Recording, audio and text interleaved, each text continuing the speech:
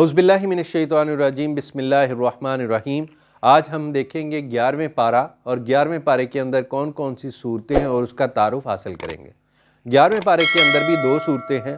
سورہ توبہ جو پچھلے پارے سے چلتی آ رہی تھی 10ویں پارے سے، وہ اس پارے میں مکمل ہوگی، اور اس کے بعد سورہ یونس سٹارٹ ہوگی، اور سورہ یونس ان نبیوں کے ناموں پر جو صورتیں ہیں، جس طرح سورہ محمد ہے، سورہ نوح ہے، اسی طرح اور بھی صورتیں ہیں، اس میں سے ایک صورت ہے۔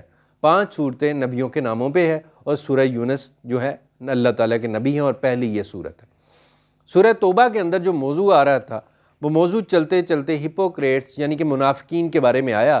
ان کی جو حرکتیں ہیں اس کے بارے میں اللہ تعالیٰ نے نبی اکرم صلی اللہ علیہ وآلہ وسلم کو سخت رویہ اختیار کرنے کی تاکید کی۔ اس کے بعد جو بھی ایمان رکھنے والے تھے ان کو اللہ تعالیٰ اپریشیٹ کرتا ہے، اور ان کو آئیڈینٹیفائی کرتا ہے کہ کون ایمان رکھنے والے ہیں۔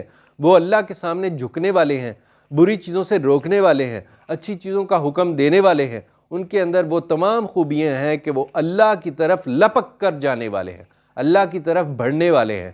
تو ہمیں بھی کوشش کرنی چاہیے ہم ہر کام میں اللہ تعالیٰ کو انکلوڈ کریں۔ جس طرح کہا جاتا ہے بسم اللہ پڑھی جائے، تو بسم اللہ پڑھنے سے اللہ تعالیٰ اس کام کے اندر شامل ہو جاتے ہیں۔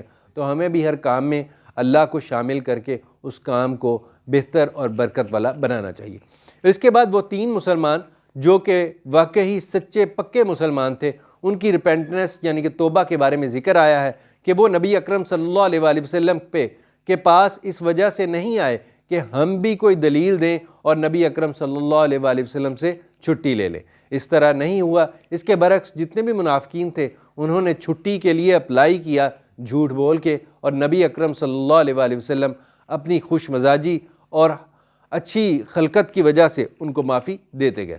نبی اکرم صلی اللہ علیہ وآلہ وسلم کے معافی دینے پر ان کی بھی کوشش ہو سکتی تھی کہ یہ بھی اسی طرح کی کوئی دلیل بناتے، لیکن انہوں نے دلیل نہیں بنائی۔ نبی اکرم صلی اللہ علیہ وآلہ وسلم نے 45 ڈیز کے لیے ان کا بائیکاٹ کیا کہ کوئی ان سے نہیں ملے گا، اور ان کی پھر توبہ اللہ کے رسول صلی اللہ علیہ وآلہ وسلم نے اللہ کے حکم پر قبول کی۔ اب اس صورت کا اینڈ آتا ہے۔ یہ صورت اللہ تعالیٰ کے واضح طور پر چیلنج کے بعد آخر میں نبی اکرم صلی اللہ علیہ وآلہ وسلم کے رؤوف اور رحیم ہونے پر ختم ہوتی ہے۔ یہ اس طرح کی چیز کیوں ہے؟ یہ اس طرح کی چیز اس وجہ سے ہے کہ کوئی بھی بامقصد چیز ہو تو اس میں سختی بھی ہوتی ہے اور نرمی بھی ہوتی ہے۔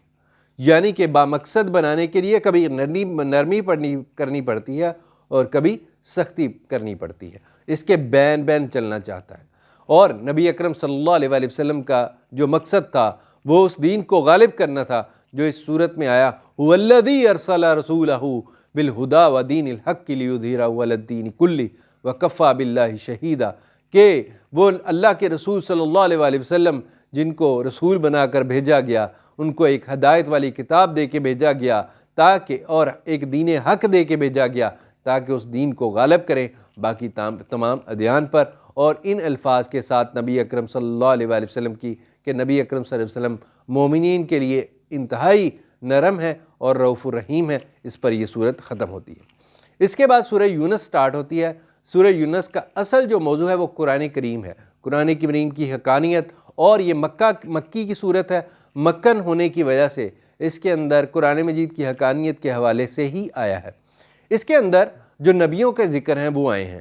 کون کون سے نبی اس میں آئے ہیں؟ اس میں حضرت نوح علیہ السلام کا واقعہ آیا ہے، حضرت موسیٰ علیہ السلام کا واقعہ ہے، اور حضرت یونس علیہ السلام کا واقعہ ہے۔ ہم نے حضرت موسیٰ علیہ السلام کا واقعہ تو بہت ڈیٹیل سے پڑھا، اور قرآن مجید میں 12 دفعہ یہ آیا، لیکن حضرت نوح علیہ السلام کے بارے میں ذکر کرتے ہوئے یہ کہیں گے کہ حضرت نوح علیہ السلام نے اپنی قوم کو 950 سال تک تبلیغ کی، لیکن چند لوگ ایمان لائے، ایون دو ان کی بیوی اور ان کا بیٹا بھی ایمان ان پر نہیں لایا، تو اللہ نے ان کے اس ایمان نہ لانے کی وجہ سے ان پر عذاب بھیجا، اور اس طرح پوری انسانیت اس ٹائم جتنی آباد تھی وہ تمام ڈوب گئی، ایون دو ان کے بیٹے اور ان کی بیوی نے بہت کوشش کی کہ وہ بچ پائیں، لیکن اللہ کی طرف سے وہ اللہ کے عذاب سے نہیں بچ پائے۔ تو ہمیں بھی رسولوں کے ساتھ بالکل انٹیگریٹ رہنا چاہیے، ان کے ساتھ بالکل اس طرح کہ جس طرح ہمارے وہ پکے دوست ہیں اس طرح رہنا چاہیے۔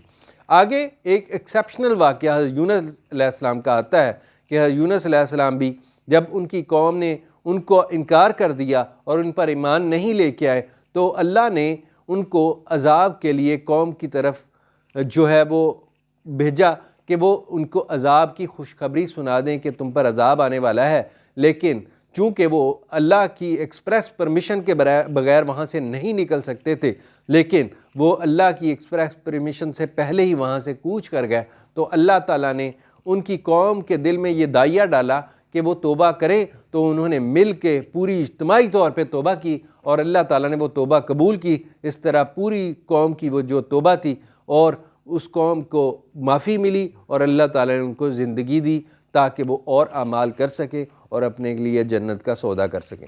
اس کے بعد یونس علیہ السلام پہ جو بھی واقعات آئے ان کا ذکر ہم آگے انشاءاللہ ذکر کریں گے۔ اللہ تعالیٰ ہمارا جو کہا سنا ہے اس کو قبول و منظور فرمائے۔ وآخر دعوانا الحمدللہ رب العالمین۔